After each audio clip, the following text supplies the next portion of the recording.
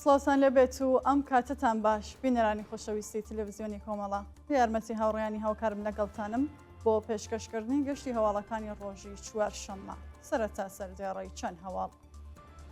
کۆبوونەوەی دایکانی دادخواز و ئاشتی سنا دژ بە سزای عەدام، ڕێگری هێزە ئینتیزامیەکانی سەقز لە کۆبوونەوەی خەڵک لە گۆڕستانی شاناز، پەیوەستبوونی مورتەزا سەییدی چالاکی کرێکاری بەندکراو بە کارزاری نابۆی عەدام، بانکشتی جەماڵ یوسفی بۆ ئیدارەی سڵاتی شاری سنا، لە سەدارەدانی سێ بەندکراو لە کرماشان و سەپاندنی سزای عەدام بەسەر دوو چالاکی سیاسی، ڕەتکردنەوەی پێداچوونەوە بە پەروەندەی ماشەڵا کەرەمی لە دیوانی باڵای وڵات، بەڕێوەچوونی دوو کۆبوونەوەی ناڕزایەتی لە تاران و عێراق، دەست بەسەرکردنی چوار چالاکی مەدەنی و سیاسی لە ئەهواز و بەرزبوونەوەی تێچووی مانگانەی بنەماڵەکان بۆ 32 ملیۆن تمەن.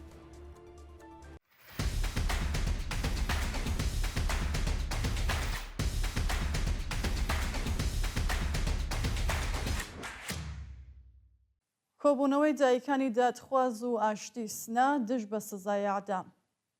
ڕۆژی سێشەممە 18 بەفرامبار کۆمەڵێک لە دایکانی دادخواز و ئاشتی شاری سنا لە کۆبوونەوەیەکدا خوازیاری هەڵوەشانەوەی سزای سێدارە بوون.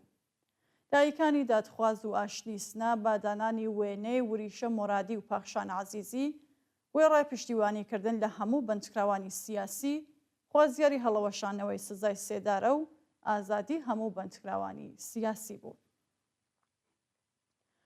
ڕێگری هێزە ئینتیزامیەکانی سەقز لە کۆبوونەوەی خەڵک لە گۆڕستانی شاناز. ڕۆژی سێشەممە 18 بەفرامبار هێزە سەرکوزگەرەکانی ڕەژیم گۆڕستانی شانازیان لە شاری سەقز گەمارۆدا و ڕێگەیان نەدا خەڵک یادی قوربانیانی فڕۆکەی ئوکراینی بەرز ڕابگرن. هاوکات لەگەڵ پێنجەمین ساڕۆژی پێکرانی فڕۆکەی ئوکراینی بە موشەکەکانی سوپای پاسداران و بەڕێوەچوونی مەراسمی یاکردنەوەی قوربانیانی ئەو ڕووداوە لە تاران، هێزە ئینتیزامیەکانی سەقز ڕێگەیان نەدا بنەماڵەی سێ قوربانیە و ڕووداوە بەناوەکانی ڕزگار ڕەحیمی، فەریدە غۆڵامی و ژیوان ڕەحیمی لەسەر مەزارەکانیان کۆببنەوە. پەیوەستبوونی مورتەزا سەییدی چالاکی کرێکاری بەندکراو بە کارزاری نابۆی عەدام.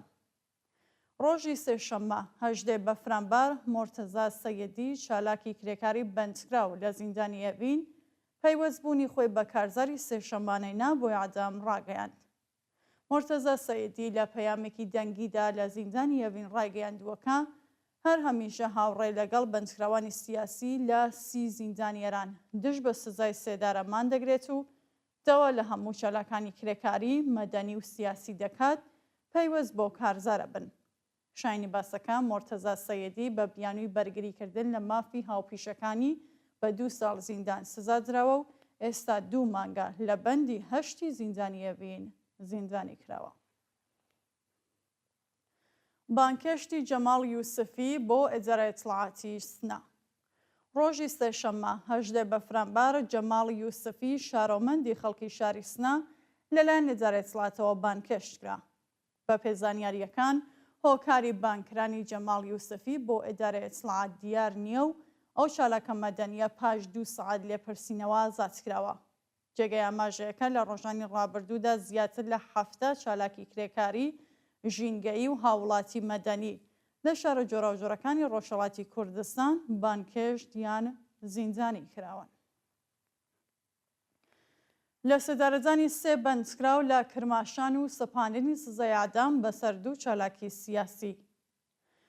بەیانی سێشەممە 18 بەفرامبار حکمی عەدامی سێ بەندکراو لە زیندانی کرماشان بە تۆمەتی کوشتنی بان قەز جێبەجێکرا و دیوانی باڵای وڵات حکمی عەدامی دوو چالاکی سیاسی بەناوەکانی بەهرۆز ئیحسانی و مێهدی حەسانی لە زیندانی ئەڤین پشتڕاست کردەوە. بەپێی راپۆرتی کانونی مافی مرۆڤی ئێران، سێ بەندکراو بەناوەکانی مۆزەفەر شاهسەواری، محەممەد شەهیدی و ئەشکان کازمی کە پێشتر بە تۆمەتی کوشتنی بانقەز بە عەدام مەحکوم کرابوون، حکمەکەیان لە بێدەنگی خەبەریدا جێبەجێ کراوە. لەلایەکی دیکەوە دوو چالاکی سیاسی بەناوەکانی بەهرۆز ئیحسانی و مێهدی حەسانی لەلایەن دیوانی باڵای وڵاتەوە بە تۆمەتی ئەندامەتی لە یەکێک لە حەزبە نەیارەکانی ڕژیم واتە بەغی، محاربە و ئەفساد الفیل ئەرز، ئجماع و تەبانی دژ بە ئەمنیەتی وڵات و کۆکردنەوەی بەڵگەنامە نهێنیەکان بە ئیعدام مەحکوم کراون. ڕەتکردنەوەی پێداچوونەوە بە پەروەندەی ماشەڵا کەرەمی لە دیوانی باڵای وڵات. عەلی شەریفزادەی ئەردەکانی پارێزەری دادگستەری لە ماڵپەڕی تایبەتی خۆی لە تۆڕی کۆمەڵایەتی ئیسکس وتی داخوازی پێداچوونەوە بە پەروەندەی ماشەڵا کەرەمی باوکی دادخوازی محەممەد مهدی کەرەمی لە دیوانی باڵای وڵات ڕەت کراوەتەوە. ماشەڵا کەرەمی مانگی گەلاوێژی ساڵی 1402 دەست بەسەر و بۆ زیندانی کەراج ڕاگوێزرا. دادگای انقلابیە و شەرە مانگی گوڵانی ئەمساڵ ماشەڵا کەرەمی بە تۆمەتی ئجماع و تەبانی دژ بە ئەمنیەتی وڵات و تەبلیغ دژی نیزام بە 6 ساڵ زیندان مەحکوم کرد.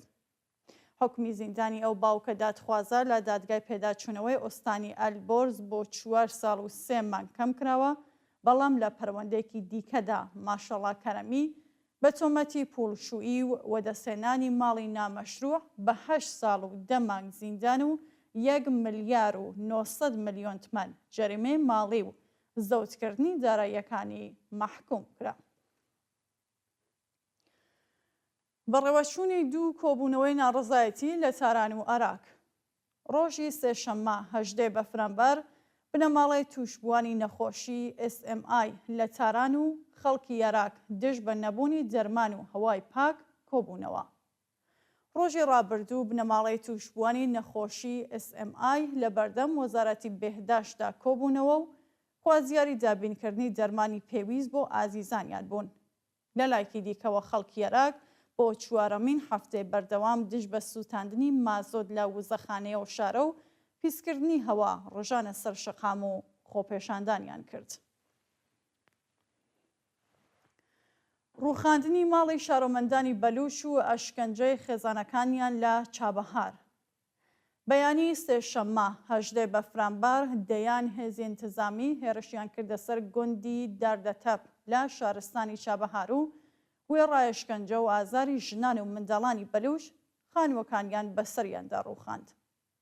بە وتەی چالاکانی بەلوچ پشتاوپشت لەو گوندە ژیاون و پیشەیان کەشاوەرزی و باغداریە، بەڵام سەرکوتگەرانی کۆماری ئیسلامی بە مەبەستی داگیرکردنی زەویەکانیان هێرشیان کردووەتە سەریان و ژن و منداڵانیان داوەتە بەر لێدان و کاتێک پەیوەندیان بە ئۆرژانسەوە گرتووە هێز انتزامیەکان ڕێگەیان نەداوە ئامبۆلانس بریندارەکان بۆ نەخۆشخانە بگوازێتەوە. کوژرانی دوو شارۆمەندی بەلوچ بە چەقەی هێزەکانی ڕژیم.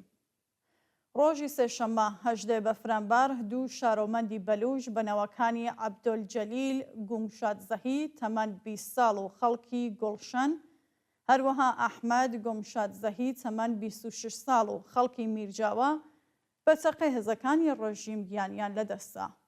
بە پێڕاپۆرتی حاڵبەش هێزە انتزامیەکانی ڕژیم لە شارستانی گۆڵشان بە بێهۆکار ئۆتۆمۆبیلی عەبدولجەلیلیان داوەتە بەر دەستڕێژی گولە و ناوبراویان کوشتووە. لە لایەکی دیکەوە هێزەکانی یەگانی مێرساد لە مێحوەری خاش بۆ زاهیدان ئۆتۆمۆبیلی ئەحمەد گومشادزەهیان داوەتە بەر دەستڕێژی گولە و ناوبراو پاش وەرگەڕانی ماشینەکەی گیانی لەدەستاوە. دەست بەسەرکردنی 4 چالاکی مەدەنی و سیاسی لە ئەهواز. لە ڕۆژانی ڕابردوودا 4 چالاکی مەدەنی و سیاسی خەڵکی ئەهواز لەلایەن هێزەمنیەکانەوە دەست بەسەر و دەست بەسەر کەلوپەلە شەخسیەکانیان داگیراوە. بەپێ راپۆرتەکان ئەیوب غەریبی پوور لە دەست بەسەرکراوانی شۆڕەشی ژینا لە شاری ئەهواز لەلایەن هێزەمنیەکانەوە ڕەفێنراوە و وێڕای دەستگرتن بەسەر کەلوپەلە شەخسیەکانی بۆ شوێنێکی نادیار ڕاگوێزراوە. لەلایەکی دیکەوە سەعید ئیسماعیل نووسەری خەڵکی ئەهواز و دوو چالاکی مەدەنی و کتێبفرۆشی خەڵکی ئەو شارە بەناوەکانی میلاد بەحری و ئەحلام بەندەر بەبێ بەڵگەی قەزایی لەلایەن هێزەکانی حکوومەتەوە دەست بەسەر و چارەنووسیانە بە ناڕوونی ماوەتەوە. بەرزبوونەوەی تێچووی مانگانەی بنەماڵەکان بۆ 32 ملیۆن تمەن. فەرامەرز تەوفیقی ئەندامی پێشووی کۆمیتەی حەقدەست لە شۆرە باڵای کار ڕۆژی سێشەممە 18 بەفرانبار ڕاگەیاند لانیکەمی تێچووی مانگانەی خێزانەکان بۆ 32 ملیۆن تمەن هەڵکشاوە. بە وسەی فەرامەرز تەوفیقی چاوەڕێ ئەوە بوون کە سەبەتی معیشەت لە کۆبوونەوەکانی شۆرەی باڵای کار و لەلایەن وەزیری کار و تەعاونەوە پەسەند بکرێت، بەڵام ئەو شتە ڕووی نەداوە و بڕیار نییە دەوڵەت بۆ ساڵی داهاتوو نرخی سەپەتی معیشەت دیاری بکات.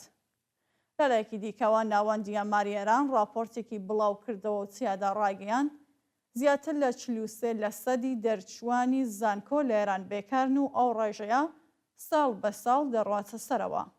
هەروەها نوێنەری شاری مەهاباد لە مەجلسی کۆنەپەرستی کۆماری ئیسلامیش ڕۆژی ڕابردوو ڕاگەیاند زیاتر لە 25 ملیۆن جەمعیەتی ئێران لە ژێرهێڵی هەژاری تەواودا دەژین. کۆبوونەوەی ئێرانیانی ئازادی خواز لە فڕانکفۆرتی ئەڵمان. ڕۆژی سێشەممە 18 بەفرانبار کۆمەڵێک لە ئێرانیانی ئازادی خوازی دانیشتووی فڕانکفۆرتی ئەڵمان هاوکات لەگەڵ کارزاری سێشەممانەی نابۆی عەدام و ساڕۆژی پێکرانی فڕۆکەی ئوکراینی لەلایەن سوپای پاسدارانەوە چالاکیان ئەنجامدا. ئێرانیانی ئازادی خوازی بەشدار لەو چالاکیە بەوە دەستەوەگرتنی وێنەی قوربانیانی خستنە خوارەوەی فڕۆکەی ئوکراینی و بەندکراوانی مەحکوم بە عەدام لە ئێران ڕێزیان لە یادی قوربانیانی 45 ساڵ سەرکوتی وەحشیانەی کۆماری ئیسلامی گرت و خوازیاری هەڵوەشانەوەی سزای سێدارە بوون. دووە هەواڵ ناڕزایەتی ڕۆژنامەوانانی ئیتالیایی لە ئاز بەندکرانی چیچیلیا سالا لە ئێران. ڕۆژنامەوانان و چالاکوانانی سیاسی لە شارەکانی لاتێزیۆ و ڕۆمی ئیتالیا ڕۆژی سێشەممە 18 بەفرانبار کۆبوونەوە و زیندانیکردنی چیچیلیا سالایان لەلایەن کۆماری ئیسلامیەوە بە توندی شەرمەزار کرد. ڕۆژی 19 دەسامبری 2024 چیچیلیا سالا ڕۆژنامەوانی خەڵکی ئیتالیا 3 ڕۆژ پاش دەستبەسەرکردنی محەممەد عابدینی تاجری ئێرانی مەحکوم بە مامەڵەکردنی کەلوپەلی پەهباد بۆ کۆماری ئیسلامی لەلایەن هێزەمنیەکانی ڕژیم لە تەران دەستبەسەر و بۆ زیندانی ئێڤین ڕاگوێزرا. ڕۆژی ڕابردوو دەبیری ئەنجومەنی ڕۆژنامەوانانی لاتێزیۆم و ڕۆم لە دوو کۆبوونەوەی جیاجیادا پشتیوانی خۆیان لە چیچیلیا سالا و هەموو ڕۆژنامەوانانی بەندکرا و دەربڕی و خوازیاری ئازادی ناوبرا بوون. بینەرانی خۆشەویست هەواڵەکانتان پێشکەشکرا هەر شاد و ئاسوودە بن.